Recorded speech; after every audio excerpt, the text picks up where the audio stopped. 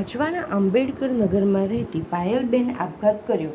પિયર પક્ષના પરિવારનો આક્ષેપ હત્યા કરવામાં આવી.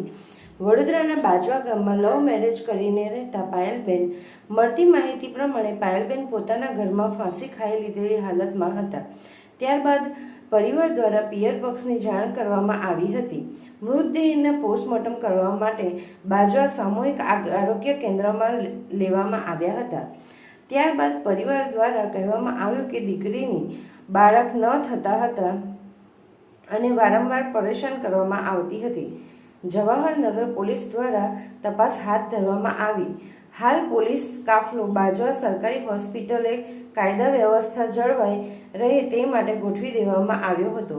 હાલ પોસ્ટમોર્ટમ અર્થે બાજવાથી સયાજી હોસ્પિટલમાં મૃતદેહને લઈ જવામાં આવ્યો. પોસ્ટમોર્ટમ રિપોર્ટ બાદ જ ખબર પડશે કે હત્યા કે આત્મહત્યા. શું સમગ્ર ઘટના હતી અને જેવી રીતે આક્ષેપ છે કે ફાંસી નથી ખાધી, મારી નાખી છે, શું સમગ્ર ઘટનામાં શું કહેવા માંગો તમે? મારું તો એટલું જ કહેવું છે સાહેબ, આ કંઈ ફાંસી ખાધી નથી. ફાંસી આપવામાં ગઈ છે. ફાંસી ખાધી હોય ને તો અહીં નીચે ગળા હોય, અહીં ના હોય, અહીં ઘોઘડે ના હોય, એટલે ઉપર ના હોય. એટલે કાયદેસર રસી લઈ અને આ લોકોએ ખેંચીને પહેલી મારી નાખી અને પછી એને લટકાવી દીધી. અમારું તો એ જ કહેવાનું છે કે ખરેખર આ લોકોને, આ છોકરીને મારી નાખી અને વસ્તાર નતા થતા એના કારણે આ લોકો એવું કે એને વિદેશ મોકલવાની છે, એને વસ્તાર કરવા માટે. એટલે ભાઈ આ ધંધા કરતો તો હવે અમારું તો કેવું એવું છે કે અમારે તો પોલીસને બી કેવું એવું છે કે ભાઈ આ વ્યક્તિ આવા ધંધા કરાવતો તો બીજાની જોડે, તો આ વિદેશ મોકલે આ છોકરીને.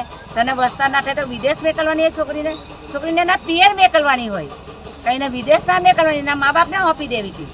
તારા ઘરે વસ્તાર ના થાય તો એના મા બાપને સોંપી દેવી હતી. અને અમને જાણ થઈ એટલે અમે, અમારા પડોશી છે અને પહેલાં અમારા કિશનવાડીમાં જ રહેતા હતા, એની બા આ છોકરી અમારે જ મોટી થઈ ગઈ એટલે હું મારા વિસ્તારના છે. અને આ છોકરીને પહેલી પરણાવીને તો બી અમે પરણાવી છે. એટલે અમે એના પડોશી છે ને અમે એમના લાગણી પૂરક વ્યક્તિ છે. અને આ લોકો ધમકી આપે, તમે કેવા બાજવામાં આવો છો, એટલે ભાઈ અમે આ બાજવા આવ્યા, મારવા હોય તો અમે આ ઉપર. તમે જ્યારે ત્યાં દીકરીને જોઈ કેવી પરિસ્થિતિ હતી ને તમને શું લાગ્યું? મને તો એક જ પરિસ્થિતિ થઈ કે એના આજુબાજુ કંઈ મારી નહીં એટલે દેખાવા પૂરતી. જ્યારે દોરેથી ખેંચીને જેને મારી નાખી હોય તો પછી આજુબાજુ મારવાની એને જરૂરી શું હોય? એટલે અમારી તો શંકા એ જ છે કે ખરેખર આ છોકરીને મારી નાખી. અને પરિવારને શું ધમકી મળી રહી છે? હા, એમના પરિવારને ધમકી આપે છે. શું આપે છે? કે તમે કેવી બાજવા આવો સહી ગાડી લેવા, મેં તમને બતાવું. એના ઘરવાળો, એના સગા સંબંધી, એની બેન વકીલ છે એટલે એની વકીલ છોડાઈ લેશે. અને પોલીસે અત્યાર સુધીમાં કોઈની ધરપકડ કરી ખરા? ના, કોઈની ધરપકડ નથી. હવે તમારી પોલીસ પાસે શું માંગ છે? અમારે તો એમને સજા થવી જોઈએ, મારવા વાળાને કાયદેસર સજા થવી જોઈએ. આ હત્યા છે, કોઈ આ ફાંસી નથી ખાધી, એની હત્યા કરવામાં આવી છે. અમારું કેવું એક જ છે. ગુનો કરી દીધો અમે, વસ્તાર ન થાય એનો મતલબ બહાર મોકલી દેવાની, એ કઈનું કારણ છે? કયા મેં એમાં લખેલું છે શાસ્ત્રમાં કે છોકરીને વસ્તાર ના થાય એટલે બીજે મોકલવાની, કોઠા પર મોકવા માટે એને પહેણાવી અમે. અમારું એ જ કહેવું, અમારે તો ન્યાય જ જોઈએ, બીજું કશું નહીં. હતી બાદરુલ સામરદેવી ગામ પૈના અને વારંવાર ધમકી આપતો અને આ તો હાફ મર્ડર જ છે, મર્ડર જ કરેલું જ છે.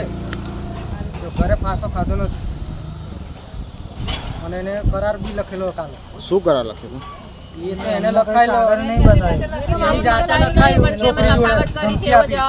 શું લખાવી આપણને ખબર નહીં, એવો બતાવતો નથી. મારી નાખી એવું લાગે છે મને સાહેબ, એને મારી નાખી એવું લાગે છે અમને.